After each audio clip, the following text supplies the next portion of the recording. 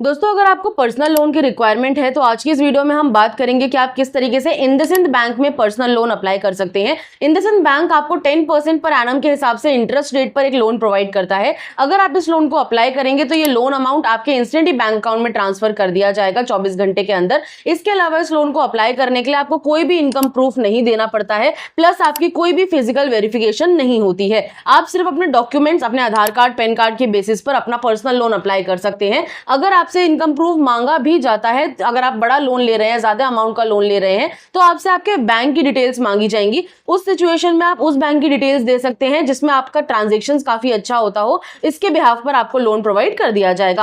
आपको इस लोन को किस तरीके से अप्लाई करना है, उसका लाइव कंप्लीट प्रोसेस आज की इस वीडियो में हम आपको बताने वाले हैं। तो चलिए फटाफट से हमारा आज का ये वीडियो स्टार्ट कर लेते हैं। इंडसइंड बैंक में अपना पर्सनल लोन अप्लाई करने का लिंक आपको डायरेक्ट ही वीडियो के डिस्क्रिप्शन में मिल जाएगा। जैसे ही आप अपने लिंक पर क्लिक करेंगे, आपके सामने इस तरीके का इंटरफेस खुल करके आ जाता है। यहाँ से आपका जर्नी स्टार्ट होता है अपना पर्सनल लोन अप्लाई करने का। आप थोड़ा सा पेज को स्क्रॉल डाउन करेंगे तो यहाँ पर आप देख सकते हैं आपको EMI कैलकुलेटर भी देखने के लिए मिल जाएगा। अगर आप पहले ही EMI कैलकुलेट करना चाहते हैं कि आप कितना लोन लेंगे, कितना इंटरेस्ट रेट लगेगा और कितने महीने की EMI बनने वाली है आपकी, वो सभी आप यहाँ पर कैलकुलेट कर सकते हैं। मान लेते हैं हम यहाँ पर 1 लाख रुपए का लोन लेंगे, इसको हम 1 लाख रुपए की तरह यहाँ पे ड्रैग कर लेते हैं। इंटरेस्ट रेट जो आपसे चार्ज किया जाता है वो 10% से स्टार्ट हो जाता है। तो हम यहाँ पर अभी मिनिमम जो है वो 12% का इंटरेस्ट रेट ले लेते हैं। और EMI आप यहाँ पर आप अपने अकॉर्डिंग सेलेक्ट कर सकते हैं आपको कितने महीने की EMI बनवानी है। तो यहाँ पर हम मान लेते हैं हम 48 मंथ्स तक की EMI बनवाएंगे, तो हम इसको यहाँ सेलेक्ट कर लेते हैं। इसके बाद आप देखिए यहाँ पर आपको पूरा डिटेल देखने के लिए मिल जाएगा अपने EMI का, अपने पर्सनल लोन का। प्रिंसिपल अमाउंट आपका 1 लाख रुपए का है। इंटरेस्ट अमाउंट, इंटरेस्ट रेट जो आपके ऊपर टोटल चार्ज किया जाएगा वो सिर्फ 26,000 रुपए किया जाएगा 1 लाख के ऊपर।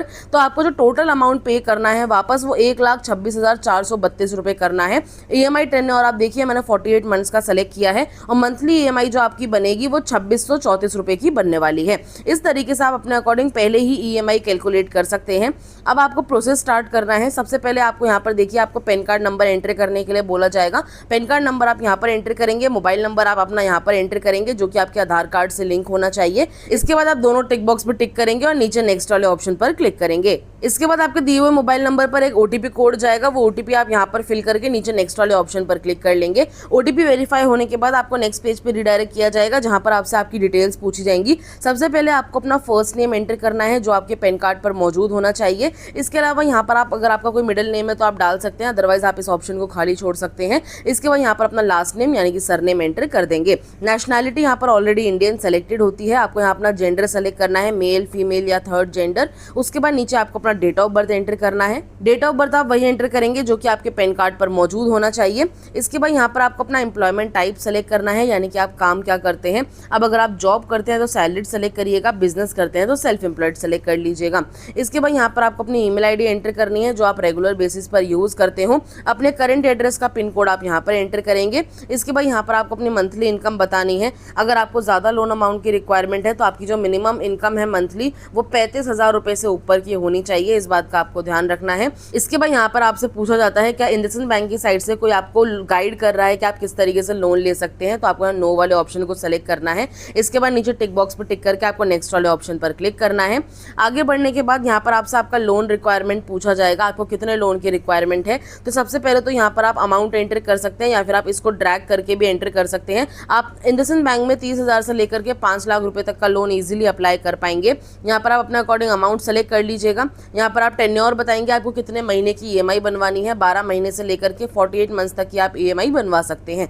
और ये सेलेक्ट करने के बाद आपको नीचे नेक्स्ट वाले ऑप्शन पर क्लिक करना है। नेक्स्ट पेज पर आपसे आपके आधार कार्ड का नंबर पूछा जाएगा, वो आप यहाँ पर एंटर करके गेट OTP वाले ऑप्शन पर क्लिक करेंगे। आगे बढ़ने के बाद आपके आधार कार्ड से लिंक मोबाइल नंबर पर एक OTP कोड जाएगा, वो OTP यहाँ फिल करके आप नेक्स्ट पर क्लिक करेंगे। OTP कोड वेरीफाई होने के बाद आप देखेंगे यहाँ पर आपको अपने आधार कार्ड पर जो एड्रेस मौजूद है वो देखने के लिए मिल जाएगा। अगर आप अभी भी इसी एड्रेस पर रहते हैं तो आपको यहाँ येस वाले ऑप्शन को सेलेक्ट करना है। अगर आप इस एड्रेस पर नहीं रहते तो नो वाले ऑप्शन को सेलेक्ट करके आप दूसरा एड्रेस फिल कर सकते हैं।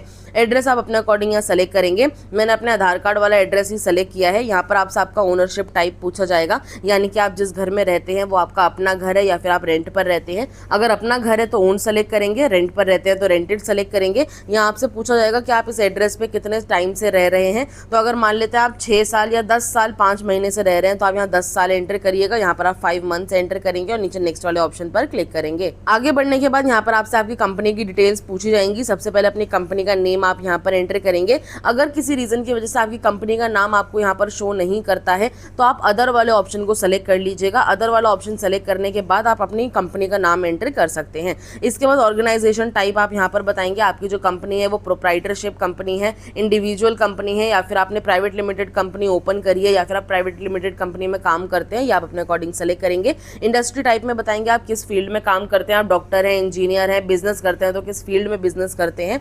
इसके बाद अपने ऑफिस का एड्रेस लाइन 1, 2 और 3 में आप एंटर करेंगे। नीचे पिन कोड एंटर करेंगे, पेज को स्क्रॉल डाउन करेंगे।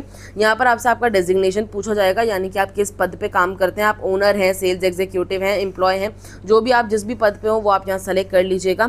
इस ऑर्गेनाइजेशन में आपको कितना टाइम हो गया है काम करते हुए वो आप यहाँ पर बताएंगे। मान लेते हैं आपको 5 सालें हो गई हैं काम करते हुए, तो आप यहाँ पे 5 ईयर्स और कुछ 2-3 मंथ आप अपने अकॉर्डिंग सेलेक्ट कर लीजिएगा।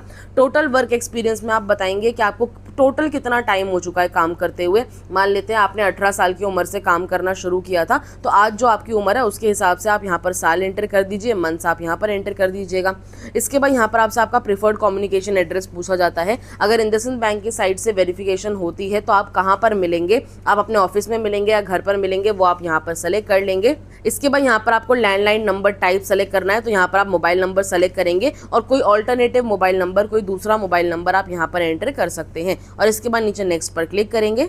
आगे बढ़ने के बाद आप देखेंगे आपको कांग्रेचुलेशंस का पॉपअप देखने के लिए मिल जाएगा। आपको अपना लोन अमाउंट यहाँ बता दिया जाएगा आपकी प्रोफाइल और सिविल स्कोर के अकॉर्डिंग। जैसे कि मैं जिनके लिए लोन अप्लाई कर रही हूँ उन्हें 2 लाख रुपए का लोन प्रोवाइड किया गया है। अब मैं 30,000 से लेकर के 2 लाख रुपए तक का कितना भी लोन अप्लाई कर सकती हूँ। जिनके लिए मैं लोन अप्लाई कर रही हूँ उनके लिए मैं 1 लाख रुपए का लोन अप्लाई करने वाली हूँ। टेन्योर आप देखिए मैंने यहाँ पर ऑलरेडी सेलेक्ट किया हुआ है 24 महीने का। इसके बाद हम पेज को स्क्रॉल डाउन करेंगे।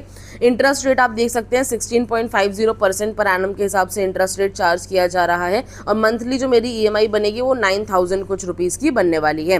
पूरा जो लोन अमाउंट मेरे बैंक अकाउंट में ट्रांसफर किया जाएगा वो 1,99,850 रुपए किया जाएगा अगर मैं 2 लाख रुपए का लोन लेती हूँ। अगर आप और डिटेल्स देखना चाहते हैं तो व्यू डिटेल्स वाले ऑप्शन पर क्लिक करके देख सकते हैं। अदरवाइज सिंपली आप नीचे एक्सेप्ट एंड प्रोसीड वाले ऑप्शन पर क्लिक करेंगे। आगे बढ़ने के बाद यहाँ पर आपसे आपके बैंक की डिटेल्स मांगी जाएंगी। जिस बैंक अकाउंट में आप अपने लोन अमाउंट को मंगवाना चाहते हैं उस बैंक अकाउंट की डिटेल्स आप यहाँ पर देंगे। एक बात का ध्यान रखिएगा, इसी बैंक अकाउंट से आपका ऑटो डेबिट भी सेटअप हो जाएगा, यानी कि इसी बैंक अकाउंट से आपकी EMI भी काटी जाएगी। बैंक का नाम आप यहाँ पर एंटर करेंगे। जैसे कि अगर आपका SBI में अकाउंट है तो SBI यहाँ पर एंटर कर लीजिएगा। इसके बाद यहाँ पे अकाउंट नंबर एंटर करेंगे अपना, दोबारा से अकाउंट नंबर यहाँ पर एंटर करेंगे, IFSC कोड डालेंगे, ब्रांच नेम आपको यहाँ देखने के लिए मिल जाएगा। सिंपली आप नीचे प्रोसीड पर क्लिक कर लेंगे। इसके बाद आप देखेंगे इस तरीके का इंटरफेस आपके सामने आएगा। यहाँ आपको बताया जाता है अब आपको वेट करना है, 24 घंटे के अंदर आपका जो लोन अमाउंट है आपके बैंक अकाउंट में ट्रांसफर कर दिया जाएगा। आई होप आप समझ गए होंगे कि किस तरीके से आपको अपना लोन अप्लाई करना है। अगर फिर भी आपको कोई प्रॉब्लम होती है तो आप मुझे नीचे कमेंट बॉक्स में पूछ सकते हैं, मैं आपके कमेंट्स का जरूर रिप्लाई करूंगी। बिना किसी KYC के, बिना किसी इनकम प्रूफ के हमने पर्सनल लोन अप्लाई किया है। अगर आपको भी लोन मिल जाता है तो मुझे कमेंट बॉक्स में जरूर बताइएगा। अब मैं मिलती हूँ आपसे नेक्स्ट वीडियो में नेक्स्ट टॉपिक के साथ। आज के लिए धन्यवाद।